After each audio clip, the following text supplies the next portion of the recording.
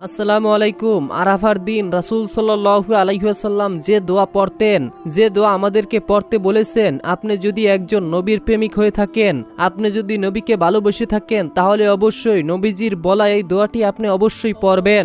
দোয়াটি এতটাই পাওয়ারফুল এবং শক্তিশালী যে দোয়াটি পড়লে আপনার পেছনের সমস্ত গুনাহ ৮০-৯০ বছরের গুনাহ আল্লাহ তাআলা নিমিষেই মাফ করে দিবেন ইনশাআল্লাহ। দোয়াটি আমার সঙ্গে সঙ্গে পড়ুন, তবে তার আগে অবশ্যই অনুরোধ করছি, যারা ইসলামকে ভালোবাসেন ভিডিওটিতে একটি লাইক দিবেন ও যারা নবীজিকে ভালোবাসেন চ্যানেলটিকে সাবস্ক্রাইব করে ভিডিওটির কমেন্টে মাত্র ৩ বার আমিন লিখে দোয়া করবেন। দোয়াতে শরীক থাকুন। লা ইলাহা ইল্লাল্লাহু ওয়াহদাহু লা শারীকা লাহু লাহুল মুলকু ওয়া লাহুল হামদু ওয়া হুয়া আলা কুল্লি শাইইন কাদির। দোয়াটির অর্থ হচ্ছে আল্লাহ ছাড়া কোনো মাবুদ নেই, তিনি একক, তার কোনো শরীক নেই, রাজস্ব একমাত্র তারই, সমস্ত প্রশংসা একমাত্র তার জন্য, আর তিনি সবকিছুর ওপরই ক্ষমতাবান। তিরমিজি শরীফের হাদিস।